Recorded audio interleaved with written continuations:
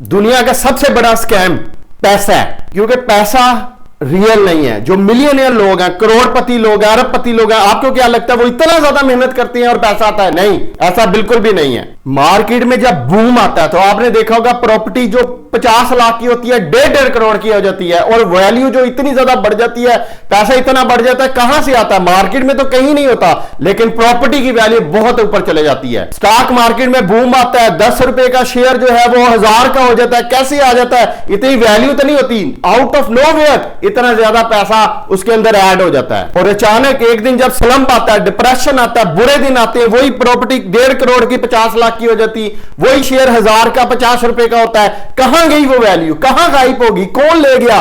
सब का सब खत्म हो जाता है अचानक से। इसका मतलब क्या है? इसका मतलब यह है कि वो पैसा असल में वहां पे था ही नहीं, सिर्फ फेक था, फ्रॉड था, स्कैम था। इसका क्या मतलब है कि जो पैसा है ये चीजों के साथ लिंक नहीं करता। तो अगर ये चीजों के साथ लिंक नहीं करता तो फिर पैसा है क्या? पैसा मीडियम ऑफ एक्सचेंज है, यानी कि पैसे के बदले आप चीजें लेते देते हो। ये फैसिलिटेट करता है वैल्यू ट्रांसफर, एक चीज की वैल्यू को दूसरे बंदे में ट्रांसफर करने में हेल्प करता है, मदद करता है। तो ये वैल्यू क्या है?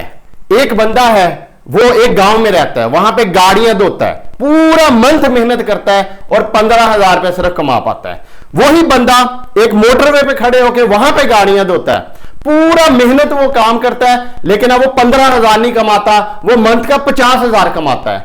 वही बंदा किसी शहर के अंदर किसी अच्छी सोसाइटी में, डीएचए जैसी सोसाइटी में आके मेहनत करता है और वो 1 लाख रुपया कमाता है। अब 3 बंदे हैं, तीनों ने काम एक जैसा किया, लेकिन एक ने 15,000 कमाया, एक बंदे ने 50,000 कमाया, एक बंदे ने 1 लाख रुपया कमाया। तो इसका मतलब यह है कि जो पैसा है वो चीजों के साथ अटैच नहीं है, यानी चीज तो वही गई लेकिन पैसा मुख्तलफ है। तो पैसे की वैल्यू पे है क्या? पैसे की वैल्यू देने वाले की सोच में है। पैसे की वैल्यू वो है जो देने वाला सोच है कि इस चीज की क्या वैल्यू है। मोटरवे पे चलते बंदे ने सोचा कि इस चीज की वैल्यू 50,000 है तो 50,000 मिले।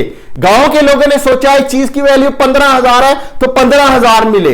शहर के लोगों ने सोचा अच्छी सोसाइटी की इसकी वैल्यू 1 लाख है तो 1 लाख मिला। वही बंदा किसी बाहर के मुल्क में चले जाएगा तो उसको 5 लाख 10 लाख भी मंथली मिल जाएगा, क्योंकि वहां के लोग सोचते हैं कि इस चीज की वैल्यू ये है। तो पैसा देने वाले के माइंड में है, वैल्यू उसके देने वाले के माइंड में, रियल में पैसा एग्जिस्ट नहीं करता। तो इसी वजह से जब डिप्रेशन आता है, बुरा आता है, मार्केट में मंदी आती है, तो लोग चीजों को कम वैल्यू देते हैं। देने वाले समझते हैं कि अब भी चीज की इतनी वैल्यू नहीं रही, तो ऑटोमेटिकली वो पैसा कम हो जाता है। और जब मार्केट में चढ़ाई आती है, चढ़ाव आता है, तो लोग समझते हैं कि इस चीज की वैल्यू ज्यादा है, तो वो ज्यादा वैल्यू देने के लिए तैयार होते हैं, पे करने के लिए तैयार होते हैं। तो करना क्या चाहिए? जब लोग डिप्रेशन में हो, जब वो कम वैल्यू अटैच करते हैं, तब चीज को खरीद लेना चाहिए। और जब मार्केट ऊपर जा रही हो, बढ़ रही हो, लोग चीजों को ज्यादा वैल्यू दे रहे हो, उस वक्त चीज को बेच देना चाहिए। यह है प्रॉफिट कमाने का आर्ट। तो पैसा रियल नहीं है, पैसा किसमें है? वैल्यू में। और वैल्यू कहां पे है?